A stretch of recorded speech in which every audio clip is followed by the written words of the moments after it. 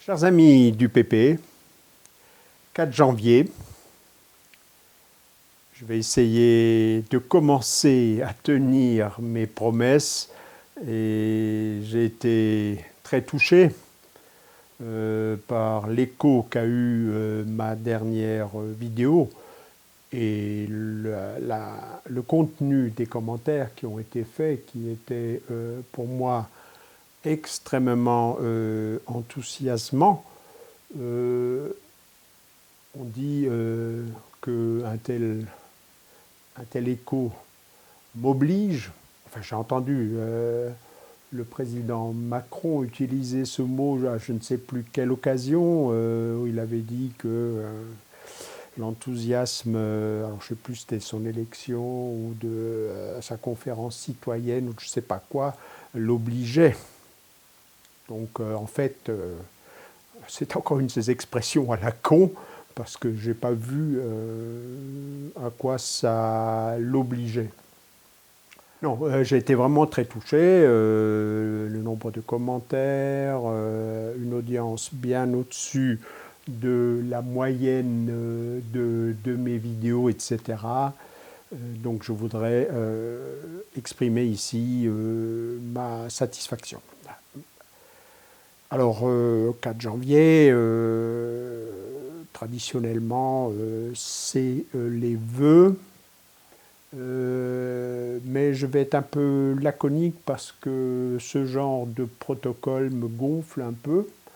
Les mots qu'on dit un peu mécaniquement, sans réellement y penser, et surtout sans donner le sens profond à tout cela. Donc je vous souhaite ce que je me souhaite, ce que j'ai souhaité à minuit précise à mon épouse me concernant, ne pas connaître la maladie, plus que ce qui est mon état, et en l'occurrence dans mon cas, ne pas connaître l'hôpital.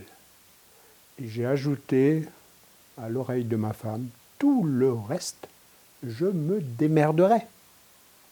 J'aimerais que vous ayez ça en tête, et donc je vais faire un pas de plus.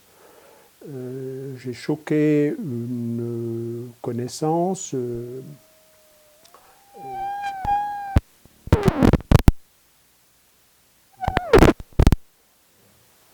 Alors voilà, les baleines étaient de retour avec leur sifflement.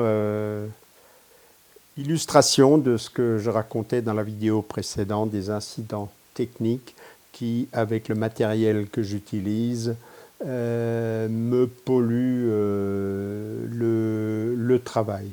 Très exactement ce qui se passe, c'est que le son passe par un émetteur et il y a un même boîtier récepteur là-bas sur l'appareil photo qui me sert de caméra. Et pour ne pas avoir une consommation excessive de piles jetables, donc, je me suis doté d'accumulateurs qui doivent être du nickel MH, oui, c'est ça. Et la tension est beaucoup plus basse que celle de batterie normale.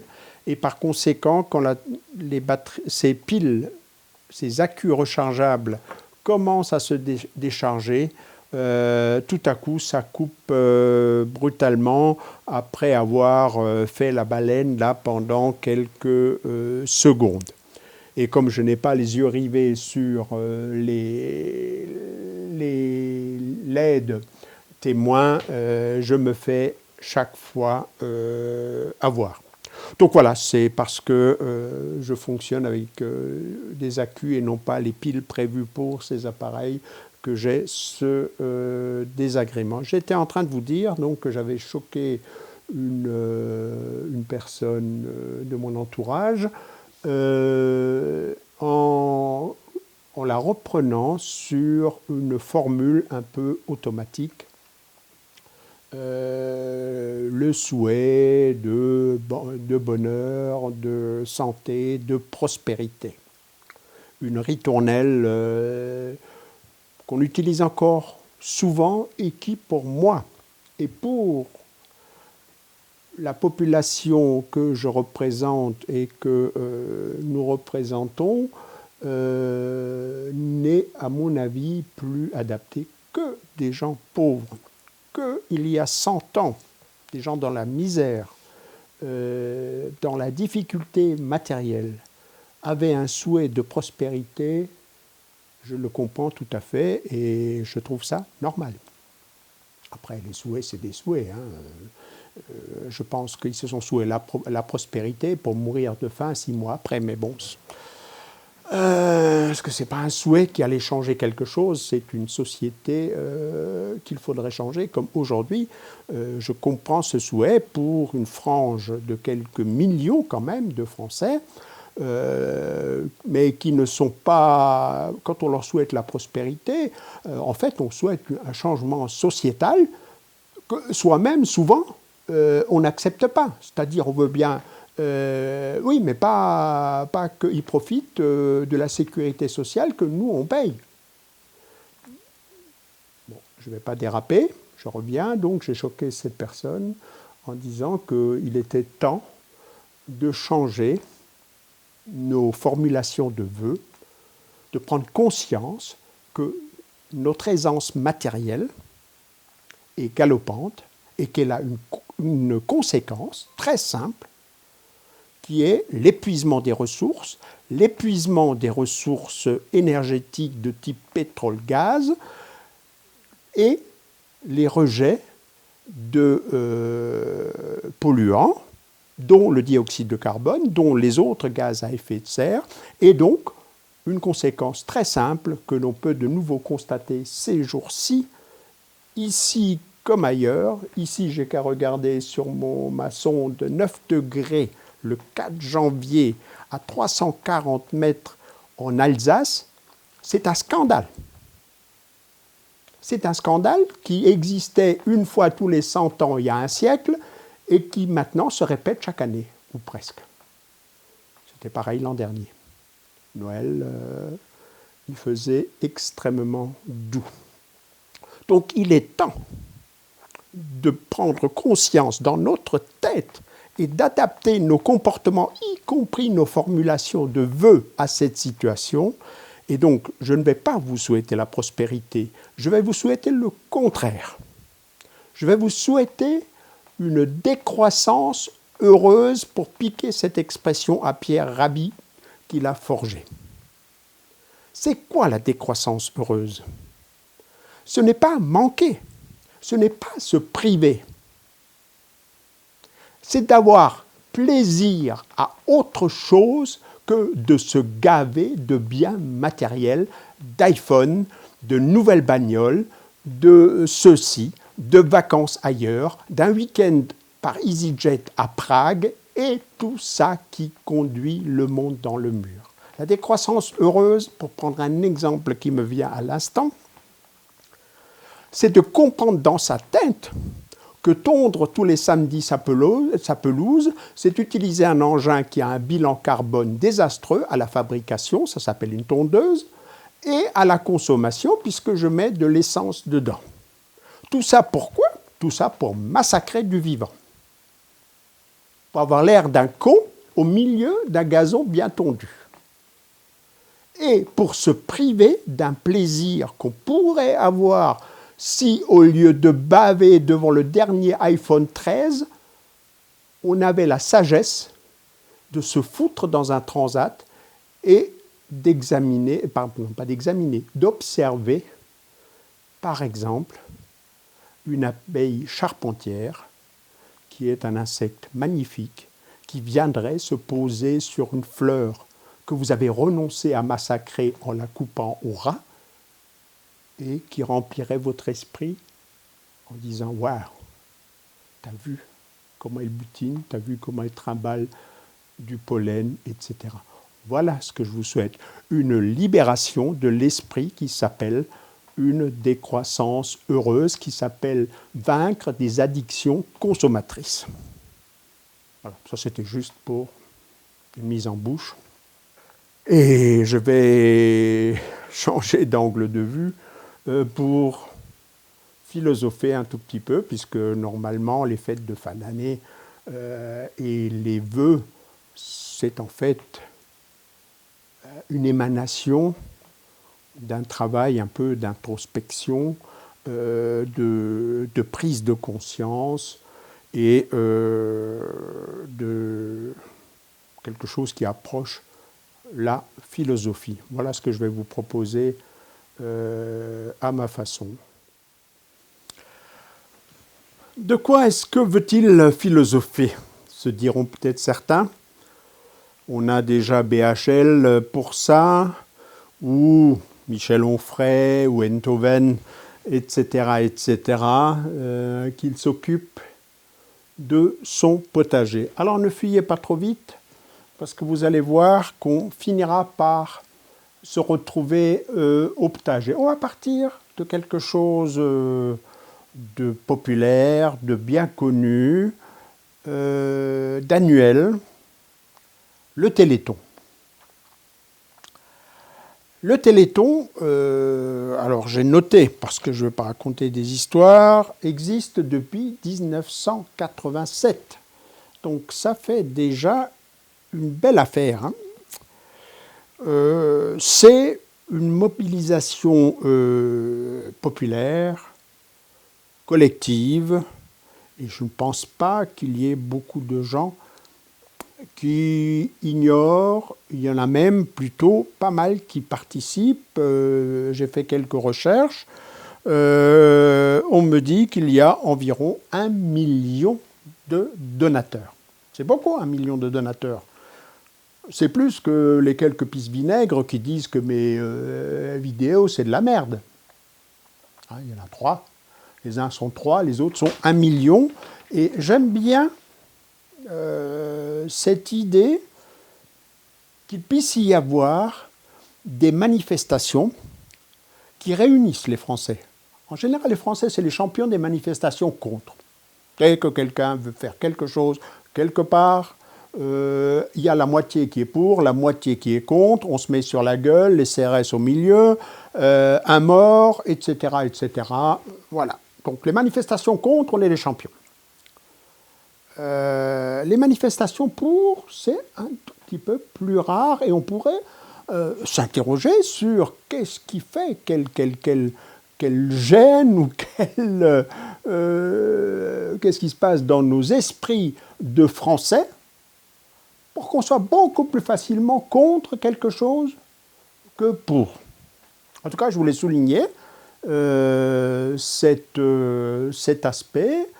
Donc je disais 1987, au début ça a mis un peu de temps à monter en puissance question collecte, ça a culminé il y a une dizaine d'années, baissé un tout petit peu et la dernière dizaine d'années c'est relativement constant autour de 80-90 millions d'euros, ce qui n'est pas une paille. 80-90 millions d'euros.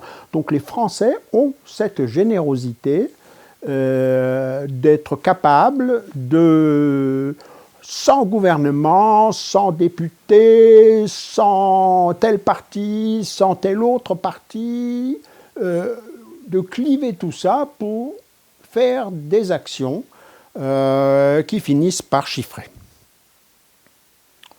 Il y a des critiques. Beaucoup de gens qui critiquent les télétons. Le téléphone, c'était Nino Ferrer, Gaston. Il y a le téléphone qui sont, pour ceux qui ont comme moi des cheveux gris. Pauvre Nino Ferrer, qui a d'ailleurs mis fin à ses jours. Hein. Bon, comme quoi le téléphone lui a pas réussi. Donc il existe des critiques, les uns trouvent que ça fait de l'ombre à d'autres maladies, que c'est beaucoup de fonds qui ne sont pas toujours utilisés comme ils le voudraient, qu'il y a dans certains domaines pas encore de résultats probants, manifestes, etc. etc. Je pense qu'en démocratie, des critiques, je ne parle pas d'insultes, je ne parle pas des pisse-vinaigres qui envoient non pas des arguments, qui envoient des insultes, du mépris, etc.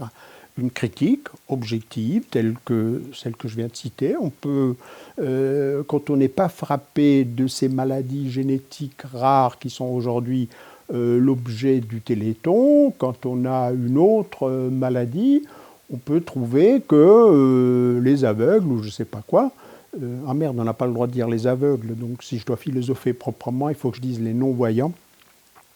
Donc les non-voyants peuvent trouver que eux qui sont je ne sais pas combien, très très nombreux, que c'est beaucoup d'argent pour quelques cas d'enfants, etc. Donc oui, on peut le dire. Après on peut discuter. Est-ce qu'on le fait, est-ce qu'on ne le fait pas?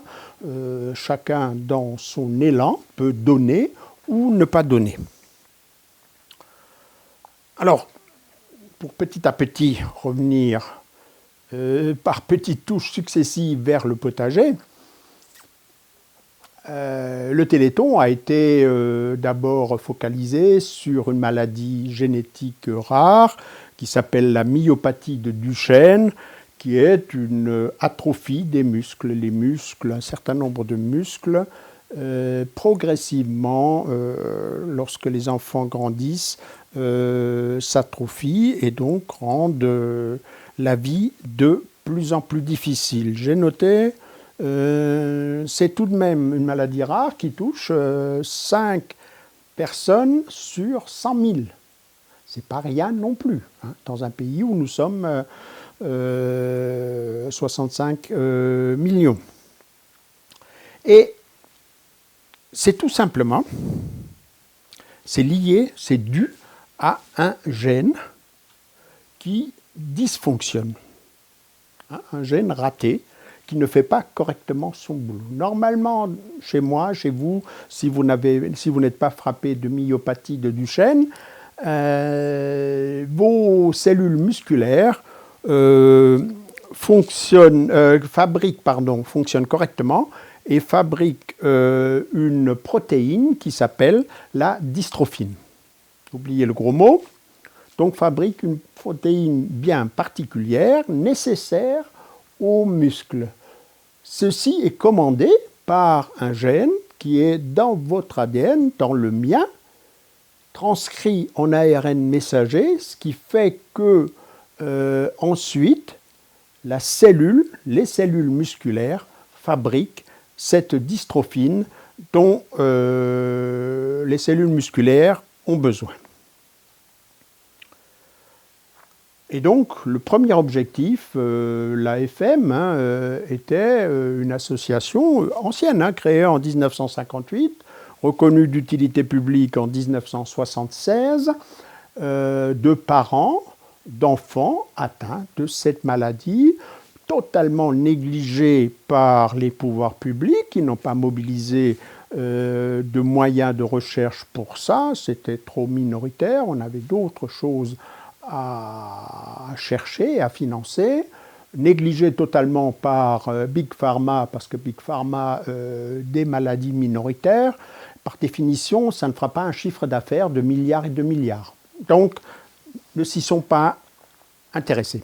Et donc, ces parents ont décidé de prendre le taureau par les cornes et de mobiliser des financements à travers cette opération donc, de Téléthon, qui a généré un laboratoire relativement en pointe au niveau des décodages des génomes, le Généton.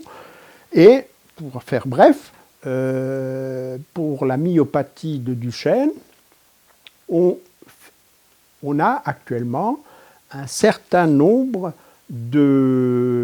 d'expériences de thérapies géniques qui sont à l'essai. Il y en a, je ne sais plus si je l'ai noté, une centaine d'essais à travers cliniques. Donc là, on est dans des phases où on essaye de guérir des gens dans les hôpitaux, dont 14 en France. 5 produits différents sont à l'essai. Ces thérapies géniques sont basées sur, on va essayer de corriger le gène qui est défaillant. Donc, quand un enfant hérite d'un gène défaillant de ses parents, c'est pas de sa faute, il a la myopathie, et donc on pense que aujourd'hui, avec les connaissances qu'on a du génome humain, qu'on peut enlever ce gène et mettre le bon gène à la place. Et donc, alors, dans le cas de la myopathie de Duchenne, il n'y a pas encore de percée, enfin, dans les documents que j'ai consultés, la science va vite, il n'y a pas encore de percée thérapeutique. Pour l'instant, il y a des essais. Il existe d'autres voies.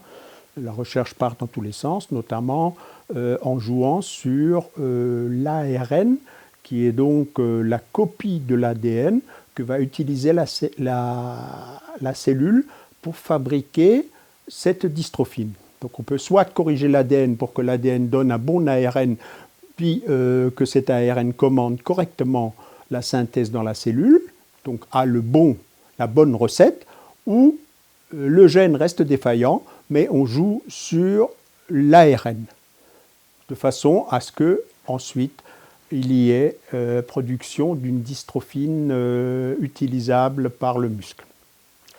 Je ne dirai pas plus parce que, je ne suis pas médecin, je ne veux pas être plus saoulant que ça, et 3, ce n'est pas le vrai sujet, vous allez voir, il va venir.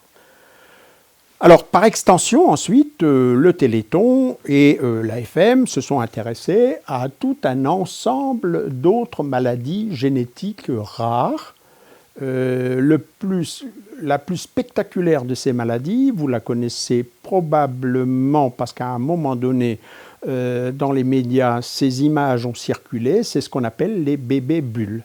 C'est quoi les bébés bulles? Ce sont des enfants qui naissent avec là encore un génome, un gène qui est défaillant, qui du coup ne fabrique pas un organe, enfin pas un organe, un système tout à fait particulier qui nous permet, à moi, à vous, de circuler librement, d'avaler 1 milliard de bactéries, de virus à l'heure et de survivre quand même, parce que notre corps en permanence se défend. Et ces enfants-là n'avaient pas la capacité, génétiquement, de fabriquer ce système qui est constitué par les lymphocytes. Et donc, il n'y avait qu'une seule solution de prévenir une mort certaine par les multiples contaminations par des bactéries qui, pour quelqu'un qui est armé de lymphocytes, est quelque chose de très banal et qui, dans le cas de ces enfants, était quelque chose de fatal. Ça rime, mais ce n'est pas du tout la même issue. Et donc, là, on a des cas d'enfants qui, dans des essais cliniques, ont été traités donc, par ce génie génétique, c'est-à-dire cette manipulation génétique. On leur a, alors soit ça fait à l'intérieur de leur corps, soit à l'extérieur. Donc soit on prélève des cellules et on change leurs propres cellules souches et on corrige le gène défaillant et puis on leur injecte de nouveau, sans rejet, comme c'était le cas lorsqu'on les greffait, ou on les bombarde avec des virus qui vont transporter de l'ADN et qui vont corriger leurs cellules souches. Donc là, il y a 7 enfants traités en France qui vont bien et qui vivent une vie tout à fait normale. À travers le monde, il y a 700 essais cliniques. Donc personnellement, je trouve ça très, très encourageant. Ceux qui connaissent mon penchant pour la science et mon aversion de toutes les fumisteries ésotériques qui tournent autour de la mort ne seront pas surpris que je trouve ça assez étonnant. Je me mets à la place de ses parents. dont les enfants peuvent enfin sortir de la bulle, qui peuvent enfin les prendre dans leurs bras et envisager pour leurs enfants un avenir. Et c'est pour ça que je suis plutôt favorable à des opérations comme le Téléthon, ce qui n'empêche que je regrette que nous ne soyons pas une société capable de le faire sur des contributions, des impôts, etc. Que tout ça soit entre les mains, finisse entre les mains de Big Pharma. Téléthon, Généthon, c'est pas Big Pharma. Bon, je crois que ce canapé est un peu confortable, cette vidéo traîne. Alors, point supplémentaire, ou un pas en avant vers le sujet qui m'intéresse finalement avant tout. Récemment est paru dans la presse, vous l'avez peut-être vu ou alors vous l'avez zappé, une information qui disait que le titre était à peu près du genre « Un premier médicament avec la technologie CRISPR autorisé en Europe ». Et en effet, l'Agence européenne des médicaments, après l'agence américaine qui s'occupe de cette question, ont autorisé, ont approuvé donc un médicament qui porte le nom de Casgevy et qui permet de traiter efficacement les patients de plus de 12 ans atteints d'une autre maladie génétique plutôt rare chez nous, mais relativement courante autour du bassin méditerranéen, dans certaines régions d'Afrique. Très exactement, il y a deux maladies. L'une, la drépanocytose, ou ce qui s'appelle aussi l'anémie falciforme, est une maladie monogénique, c'est-à-dire c'est un seul gène qui déconne et qui va faire qu'au lieu d'avoir des beaux, jolis globules rouges tout ronds qui circulent comme des billes dans vos artères, etc., chez moi, chez vous, si vous n'êtes pas atteint de cette maladie, et bien là, ce sera comment dire, un globule sous forme de faucille, d'où ce falciforme. Alors ça va créer chez les personnes atteintes de cette maladie génétique des difficultés récurrentes, les artères se bouchent, il faut intervenir régulièrement, il faut perfuser avec du sang parce que cette anémie a aussi pour conséquence que l'oxygène n'est pas assez transporté, etc., etc. Donc c'est une vie extrêmement difficile et ces patients, enfin ces personnes atteintes de ces maladies, dans le temps, mouraient relativement jeunes. Divers traitements, j'ai évoqué la perfusion, etc., ont permis progressivement d'allonger l'espérance de vie, mais cela reste pour les personnes atteintes une situation qui n'est pas du tout enviable, qui n'est pas du tout facile à vivre. Et ce médicament donc, que j'évoque concerne aussi une deuxième maladie qui s'appelle la bêta-thalassémie. Là, c'est une autre malformation d'origine génique, donc dans la formation, la construction de l'hémoglobine. Là, il y a plusieurs gènes qui jouent et donc il y a tout un gradient de gravité des conséquences de cette maladie. Voilà. Alors, ce médicament, donc, après des essais cliniques, etc., a atteint le niveau où les entreprises qui espèrent le commercialiser ont demandé donc une autorisation aux autorités compétentes. Alors ce qui est intéressant, ce qui m'a, moi, intéressé, interpellé et conduit petit à petit à faire toutes ces recherches que je vous résume dans cette vidéo et qui m'a amené aussi à philosopher un peu, c'est que c'est la première application concrète de quelque chose que vous trouverez dans certaines mouvances, certaines littératures, certains YouTubages, plutôt de façon extrêmement critique. C'est la première utilisation la première sortie d'un médicament basé sur une technologie génique, donc de traitement des gènes, qui s'appelle CRISPR-Cas. C'est ce qu'on appelle parfois le ciseau génique qui permet de repérer une séquence sur un ADN qui en comporte des milliards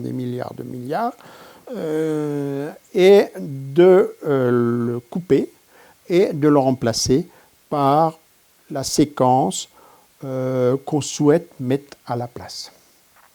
Découverte il y a quelques années, j'aurais dû le chercher avant de tourner, je vous l'incrusterai, qui a valu le prix Nobel aux gens qui ont inventé ça. Pour ce qui est du médical, on va en rester là. Pour ce qui est de mon potager, cela m'interpelle. J'aimerais bien comprendre, et je ne vais pas répondre, mais je vais vous poser la question. Comment se fait-il que d'un côté, des millions de personnes françaises se cotisent pour financer des recherches dont la vocation finale est une manipulation génétique visant à corriger des maladies extrêmement graves. Je rappelle les enfants bulles. Mettez-vous à la place d'une maman dont l'enfant a pour destin de rester dans une bulle. Êtes-vous pour ou contre, à partir du moment où la technologie le permet, une correction par une manipulation génétique du gène défaillant de cet enfant? Moi, pas une seconde, si un de mes enfants ou un de mes petits-enfants était né ou naissait avec une telle difficulté, je n'hésiterais pas une seconde. Oui, monsieur untel, faites avec CRISPR-Cas9, faites le traitement s'il peut sauver, améliorer la vie de mon enfant, y compris s'il y avait un risque. Je ne l'ai pas dit, mais dans les premiers traitements géniques des enfants bulles, on a constaté que 4 enfants avaient eu des complications qui étaient des leucémies. Le virus avait foutu un peu le bazar dans la moelle, etc. Et donc, actuellement, des recherches sont en cours pour essayer de contourner cet obstacle. Donc oui, même s'il y avait un risque, je dirais oui. Alors moi, en tant qu'agronome, cela m'interpelle.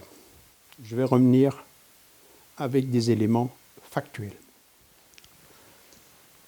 Alors, pour finir, en quoi cela concerne-t-il l'agronome?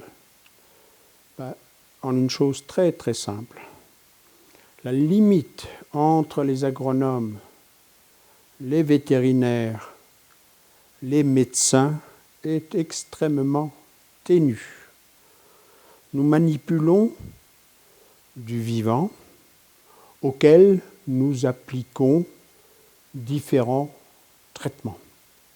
J'ai pour habitude, juste par pure provocation, vous me connaissez, de dire que les médecins ont la vie facile.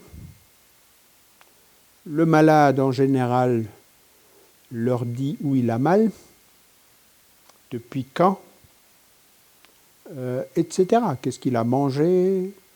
Et donc, des éléments de diagnostic peuvent s'établir assez rapidement. Le véto, il a un peu moins de chance. En général, les chiens, les chats ont plutôt tendance à griffer ou à mordre. Mais bon, on peut quand même voir certains symptômes, la fièvre, l'animal qui boite, etc., etc. Et puis l'agronome, le pauvre, lui, il est face à son plan de je ne sais pas quoi, de tomates, on va dire, qui est là un peu flagada, et qui ne dit rien, qui ne boite pas, qui ne griffe pas. Et malgré tout, il y a quelque chose qui ne va pas. On ferme la parenthèse. CRISPR-Cas9 est la technique donc utilisée par ces médecins qui essayent de traiter des cas de maladies rares, soulager des enfants, soulager des parents grâce à une mobilisation populaire extrêmement importante. Et en même temps, c'est l'outil exactement le même, utilisé par la recherche agronomique pour essayer de développer ce qui s'appelle des OGM. Personne ne vous dira jamais que ces gamins traités par génie génétique, on va utiliser un terme noble, génie génétique, sont en quelque sorte des OGM. La production induite de dystrophine dont on parlait, ou de ces lymphocytes qui permettent à des enfants de sortir de leur bulle, est liée au fait qu'on a corrigé ou l'ADN ou l'ARN qui est résulté de la copie de cet ADN. Donc on a fait sur ces enfants une manipulation génétique, et au sens rigoureux mais général et banal du terme, ces enfants sont des organismes humains génétiquement modifiés. Alors là, j'aimerais bien que tous les militants anti-OGM se mettent à la place des parents et leur disent les yeux dans les yeux, je suis contre les OGM, votre gamin n'a qu'à rester dans sa bulle. Ou alors, si on admet que dans des circonstances encadrées, qui sont graves, où il y a une souffrance, des comités d'éthique, parce que ces essais-là, c'est un bazar, vous ne pouvez pas imaginer. Des essais d'abord en labo sur des animaux, etc., etc., des essais en in vitro, donc dans des tubes sur des cellules humaines, etc., avant qu'un comité d'éthique, des comités scientifiques, des comités Théodule décident qu'on va autoriser un tel professeur à conduire tel essai sur tel nombre de patients. Bien évidemment, le professeur aura fait un dossier comme ça pour justifier du protocole qu'il va mettre en œuvre, et sauf certains professeurs chevelus qui s'autorisent à décider tout seuls, en général, on suit le protocole. Et comme je viens de le dire, parfois avec malheureusement des mauvaises surprises, puisque par définition d'une recherche, on ne sait pas à l'avance ce qu'on va trouver. Et donc, comment peut-on accepter éthiquement, parce que là, on est dans l'éthique, on n'est plus dans, la connaissance. La connaissance, elle existe. Qu'est-ce qu'on en fait? E = mc², Einstein, quand il arrive au bas de ses je ne sais pas combien de pages de calcul il a fait pendant je ne sais pas combien de mois ou d'années, il arrive à une évidence scientifique, E égale mc carré. C'est un fait scientifique démontré. Jusqu'à aujourd'hui, personne n'a annulé ça ou a démontré que c'était faux. L'éthique, c'est autre chose. L'éthique, c'est maintenant les uns et les autres qui vont s'emparer de cette connaissance pour en faire ceci ou cela. Les uns vont faire des armes nucléaires, gagner la guerre, la Deuxième Guerre mondiale, en bombardant Hiroshima. Les autres, avec la même arme nucléaire, font des chantages à la guerre nucléaire et envahissent l'Ukraine. Avec la même chose, les atomistes civils font des réacteurs nucléaires dont la majorité nous fournissent une partie importante en France, 70% du confort que nous utilisons, de ce qui m'éclaire là parce que la nuit est en train de tomber, de ce avec quoi je recharge la caméra, de ce que je vais mettre après dans YouTube et dans la box, donc font de l'électricité dans des réacteurs nucléaires. Certains sont contre et d'autres sont ravis qu'on ait une électricité décarbonée, pas chère, etc. Débat politique, décision éthique. Et les derniers, médecins, vont utiliser, E égale mc carré, des rayonnements ionisants qu'ils peuvent produire dans des canaux et irradier des tumeurs pour essayer de soigner un cancer. Un de mes meilleurs amis a, dans un premier temps, été soigné d'un cancer par ce qui s'appelle la radiothérapie. Thérapie avec des rayonnements, et on ne dit pas que ce sont des rayonnements nucléaires. Donc vous voyez, E égale mc carré, ça, ce qu'on en fait est une décision éthique. CRISPR-Cas est une connaissance, est un outil. Qu'est-ce qu'on en fait? On soigne des enfants.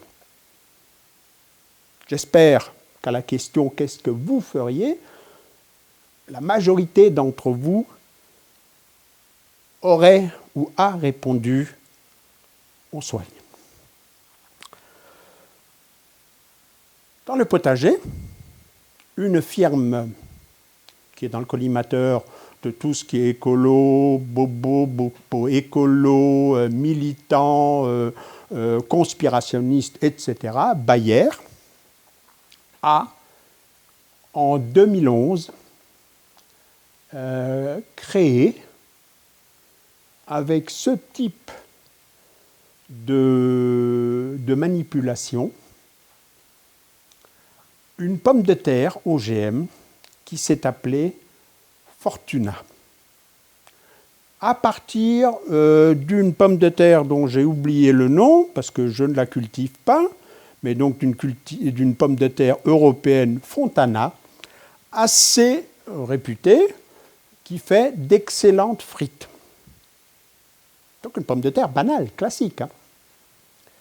Et ils ont été chercher en Amérique, donc dans le berceau de la pomme de terre,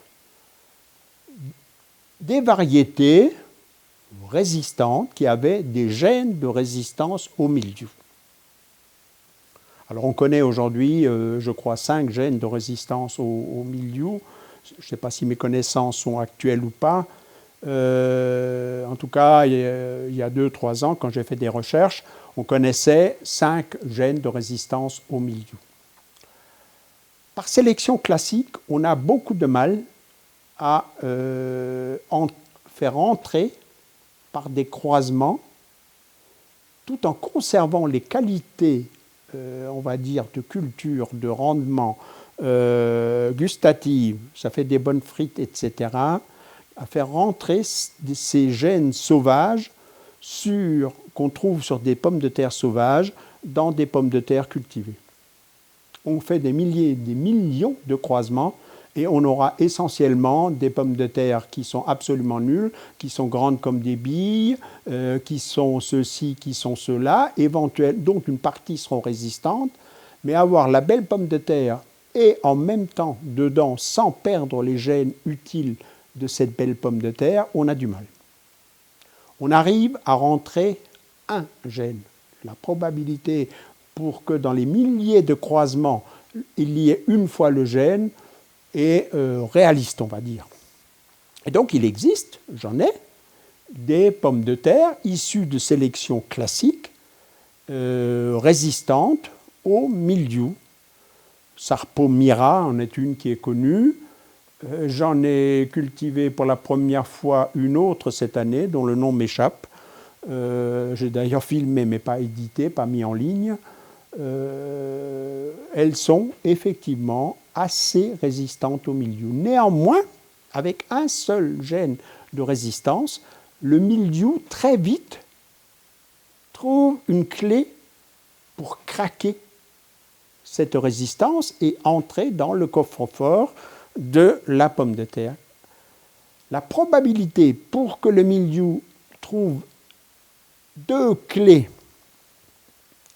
s'il y a deux gènes de résistance est beaucoup, beaucoup plus faible. Et donc, une double résistance ou deux gènes de résistance dans une pomme de terre, c'est quelque chose qui, garantirait que ces plantes pousseraient sans mildiou. Et deuxièmement, pour que cette résistance dure, peut-être pas éternellement, peut-être qu'au bout de 10-20 ans, cultivée à large échelle, confrontée à des milliards de spores, dont certaines mutantes du mildiou, un jour, le mildiou finirait par craquer, comme telle ou telle bactérie ont fini par craquer les résistances, enfin on finit par créer des résistances à des antibiotiques. Voilà. Donc la question que je pose en introduction, enfin en titre de cette vidéo, c'est qu'est-ce qu'il faut faire? Est-ce qu'il vaut mieux empoisonner son sol avec des sulfates de cuivre, bouillie bordelaise, à longueur d'année, comme le fait de façon majoritaire le bio aujourd'hui, et de dire mange, c'est du bio, c'est excellent, etc. Tu empoisonnes ton sol et mange, c'est du bio. Ou accepter une forme, et c'est là que ça devient très, comment dire, c'est très simple, et en même temps, comme on vous embrouille tout le temps, vous ne voyez pas cette simplicité. Qu'est-ce qui est très simple? Il existe en fait deux formes d'OGM. Celui que personnellement je décris également et que je ne cultiverai jamais, qu'on appelle l'OGM transgénique. La technique s'appelle la transgenèse. Pas question de drag queen ou je ne sais pas quoi. Il s'agit simplement de prendre des gènes de telle ou telle espèce et de les mettre dans telle ou telle autre espèce. L'archétype de ce type d'OGM, c'est tout simplement le fameux maïs Monsanto BT, je ne sais plus son numéro, 701 ou 801, donc qui était un maïs dans lequel on a instillé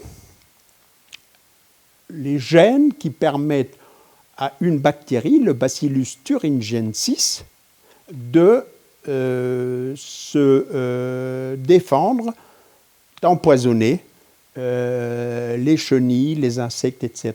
Et comme ça, le maïs lui-même produisait cette toxine et se défendait, donc empoisonnait les chenilles.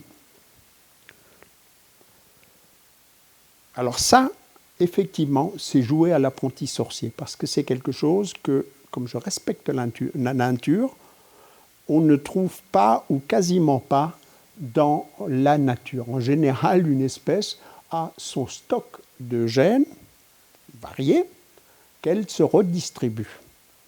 Donc la variabilité naturelle au sein d'une espèce, c'est des gènes qui font partie des gènes de cette espèce. On ne trouvera pas de gènes de ragondin dans les humains de la Terre. L'autre façon de manipuler les gènes, c'est celle qu'on vient de voir pendant tout le début de cette vidéo. Je prends le gène d'un homme sain, donc c'est un homme qui vit comme un homme, qui mange, etc. Et je lui prends le petit gène qui code pour la dystrophine, par exemple, et je le mets dans un enfant atteint de la myopathie de Duchenne.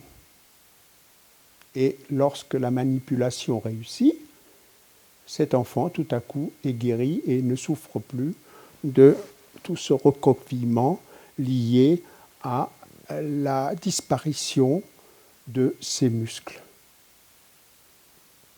Dans le cas de la pomme de terre Fortuna dont je vous ai parlé, c'est ce qui s'est fait. On a pris des gènes de pommes de terre qui sont dans la nature, certes en Amérique, dans le berceau de la pomme de terre, pas chez nous, mais ces pommes de terre, on pourrait les ramener, sans doute qu'elles existent dans des laboratoires, dans des champs d'essai chez nous. J'ai vu, quand j'étais à Édimbourg, les tomates sauvages, résistantes, dans une serre du jardin botanique d'Édimbourg. Donc, qui avait été ramené sans doute d'Amérique du Sud, du Pérou, du Mexique, je ne me souviens plus. Donc les gènes voyagent. Voilà. Alors, faut-il, oui ou non, faire ce genre de manipulation qui permettent d'assurer une production régulière, même les années pourries comme 2021, ou, pour des raisons que je n'arrive pas à comprendre, et ça va être ma conclusion qui ne sera pas la vôtre, peut-être, que je n'arrive pas à comprendre pourquoi on autoriserait éthiquement la manipulation d'enfants et on n'autoriserait pas la manipulation cisgénique, ça s'appelle la cisgenèse, quand on utilise les gènes de la même espèce. Donc pourquoi on n'autoriserait pas ces manipulations-là? Il me semble qu'il y a là, en ces années un peu confuses, une espèce de bouillie dans les idées, un manque de clarté, savamment entretenu par certains, dont je souhaite que jamais ils aient un enfant atteint de maladie génétique, parce que sinon ils auront un cas de conscience grave s'ils sont contre les OGM, et dont je souhaite que les enfants, jamais, n'aient des difficultés pour se nourrir quand le pétrole sera fini, quand le gaz sera épuisé, quand il n'y aura plus les engrais à gogo, quand il n'y aura plus les machines. Je souhaite que leurs enfants, jamais, ne retrouveront des famines. Je n'en suis pas certain du tout. Ce ne sera pas demain, je vous rassure. Je ne suis pas collapsologue, mais sur les 9 milliards d'humains qu'on sera bientôt, peut-être que 8 milliards vont disparaître, si on ne fait pas attention. Et ça peut aller très vite à partir du moment où des ressources qui sont à la base de nos systèmes actuels vont commencer à manquer. Et pour revenir au début de cette vidéo, à partir du moment où on continue comme si de rien n'était. La langue à fourcher, c'est pas grave. Bon, la caméra m'a coupé alors que j'avais la main en l'air, un peu comme si je manifestais contre. Alors que cette vidéo est un manifeste pour. J'avais quasiment fini. mais le montage m'a permis de voir que j'ai dit une bêtise en passant. Je parlais des gènes de Ragondin en omettant complètement le fait qu'il y a une énorme unité entre les différentes branches du vivant et que nous partageons beaucoup de gènes sur des mécanismes basiques de fonctionnement de la cellule. Hein. Donc, à la façon, on parlait là de transcription d'ADN, mais dans la façon dont se construit l'ADN, les chromosomes, dont ça se transcrit en ARN, dont ça fonctionne pour faire des protéines et tout ça. Et tout ça est commun à beaucoup d'espèces. Et du coup, j'ai fait une petite recherche. L'homme a par exemple 70% de gènes communs avec les oursins. Donc il en a sûrement au moins autant avec les ragondins. L'homme, puisque j'y étais et que j'ai trouvé des choses intéressantes, a 43% de gènes en commun avec les vers de terre. Plus étonnant encore, là vous allez être scotché, l'homme a 40% de gènes en commun avec les bananes. Tout simplement parce qu'une cellule végétale n'est pas si différente d'une cellule animale et qu'un jour, fort longtemps, nous avions entre le bananier et l'homme un ancêtre commun dont a dérivé par branches successives les différentes branches donc, qui constituent le vivant, les végétaux, les animaux, parmi les animaux, etc., les gastéropodes, et puis à un moment donné les mammifères, les dinosaures, eux, ils ont connu un destin tragique, et ainsi de suite. Donc ce que j'ai dit là sur les gènes de Ragondin était une énorme bêtise pris dans mon élan. Ce que je voulais dire, c'est que le Ragondin a des gènes spécifiques de Ragondin.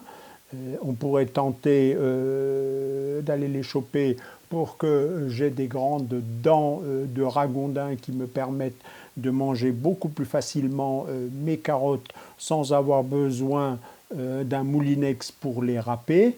Donc c'est ça que je voulais dire. Là, il y a des gènes spécifiques au Ragondin. Donc si j'ai 30% de gènes, si j'ai 70% de gènes en commun avec l'oursin, j'en ai 30% qui sont différents et que un docteur Mabuse pourrait tenter d'introduire chez Didier Helmstetter, vu qu'il a un sale caractère, il aurait en plus des piquants partout et on le reconnaîtrait de loin et on le jetterait à la mer, comme il ne sait pas bien nager, il se noierait. Voilà.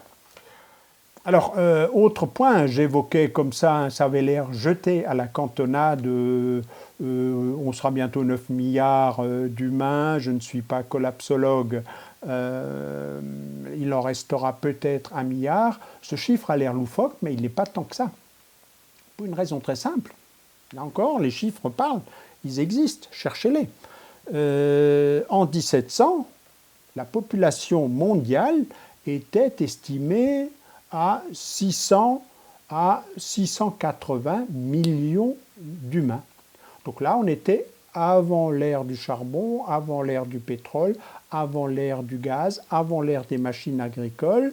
On était tous autonomes chez nous, les uns chassaient, les autres cueillaient, beaucoup faisaient dans les régions intermédiaires les deux, et en gros, on avait 10 enfants, dont 8 mouraient avant l'âge de progrès. La population était grosso modo stable. Voilà. Et donc, si on ne fait gaffe, si on pense naïvement qu'il suffit juste de faire le potager du paresseux, de laisser faire la nature et tout ça, la nature est absolument merveilleuse, magique, puisque c'est Dieu qui l'a créé et que Dieu, il a créé des tas de saloperies, si c'est lui qui a créé. Donc, en 1850, 1,1 à 1,4 milliard d'années. 1850, c'est le début de l'ère industrielle. Il commençait à y avoir du charbon, des machines. On avait inventé la roue. On était en plein première révolution agricole. Donc, ce chiffre que j'ai balancé comme ça, n'est pas tout à fait, comment dire, au hasard si on ne fait gaffe à préserver des mécanismes qui permettent de produire suffisamment de nourriture. Je sais parfaitement que si on arrêtait de manger beaucoup de viande, on peut réduire. Néanmoins, on arrive à une limite naturelle qui est déjà posée par l'histoire qu'a connue la Terre. On a connu une agriculture parfaitement biologique, parfaitement solaire, sans aucune machine, parfaitement agroécologique, où il y avait des pommiers, des haies, de tout ce que vous voulez. Et ça a permis de nourrir 1 à 1,5 milliard d'humains pour arrondir. Donc il va falloir se creuser pour rester ne serait-ce qu'à 8 ou 9 milliards d'humains. Ce n'est pas par une grande régression mentale qu'on va y arriver. Maintenant, je vais terminer là. Je suis parfaitement conscient que, allez, ce début d'année, je me suis fait plaisir d'agiter quelques idées. Je donne sincèrement mes convictions qui ne sont que des convictions. Vous pouvez avoir des débats contraires, des idées contraires, argumenter. Ne m'insultez pas. Trouvez des arguments sur ce qui est faux dans ce que je dis. Et je voudrais quand même terminer, je ne suis pas naïf. J'évite dans cette vidéo tout le débat politique, qui est lui réel, autour de ce qui est lié aux OGM, mais qui n'est pas la technique, ce que permet la technique. Bien évidemment que la société que j'ai nommée, que Monsanto, que tous les autres, et bien évidemment les sociétés qui viennent de déposer les autorisations de mise sur le marché de, comment est-ce qu'il s'appelait, le médicament contre l'anémie falciforme, espèrent faire des bénéfices. Bien évidemment. Bien évidemment, ces sociétés qui conduisent des recherches importantes sur leurs fonds propres espèrent gagner de l'argent. Bien évidemment qu'ils vont défendre l'idée de propriété intellectuelle sur ces organismes qu'ils ont créés. Bayer allait vendre la Fortuna, bien nommée au passage. Bien évidemment, donc je n'exclus tout ça. Je pose la question pour terminer. Pourquoi avons-nous été cons au point d'abandonner dramatiquement la recherche publique? Pourquoi avons-nous mis ces recherches de pointe entre les mains des grands groupes capitalistes? Pourquoi n'avons-nous pas été capables de faire un énorme téléthon, d'accepter de payer des cotisations pour qu'une fois qu'on a trouvé la pomme de terre Fortuna dans un institut public, géré de façon éthique, tous les agriculteurs de France puissent en disposer sans payer des rentes à des capitalistes. Donc oui, derrière, il y a un débat politique.